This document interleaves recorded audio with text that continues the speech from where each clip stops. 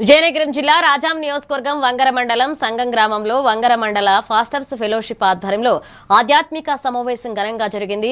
ఉపాధ్యక్షుడు టి ప్రసాద్ నేతృత్వంలో గ్రామంలో సువార్త ప్రచారాన్ని నిర్వహించి యేసుక్రీస్తు సందేశాన్ని ప్రజలకు తెలియజేశారు.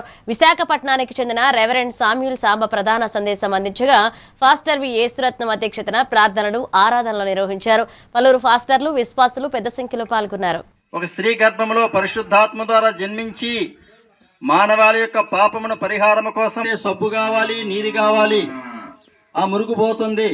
మానవుని జబ్బు పోవాలంటే వైద్యుడు కావాలి. మానవుని పాపానికి విరుగుడు కావాలంటే యేసుక్రీస్తు నామములోనే. అందుకే ఆకాశం కింద మనుషులు ఇయ్యబడిన ఏ నామములో రక్షణ లేదు. ఒక ప్రభుని యేసుక్రీస్తు నామములోనే రక్షణ ఉన్నది. ఇది మతము కాదు, మాయ కాదు, కలిసిపోవటం కాదు. మీ హృదయంలో చోటివ్వండి. మేము కూడా ఒకప్పుడు అన్యులమే, యేసు అంటే ఎవరో మాకెందుకు అని మేము కూడా అనుకున్న వాళ్ళము. కానీ దేవుని కృపావరము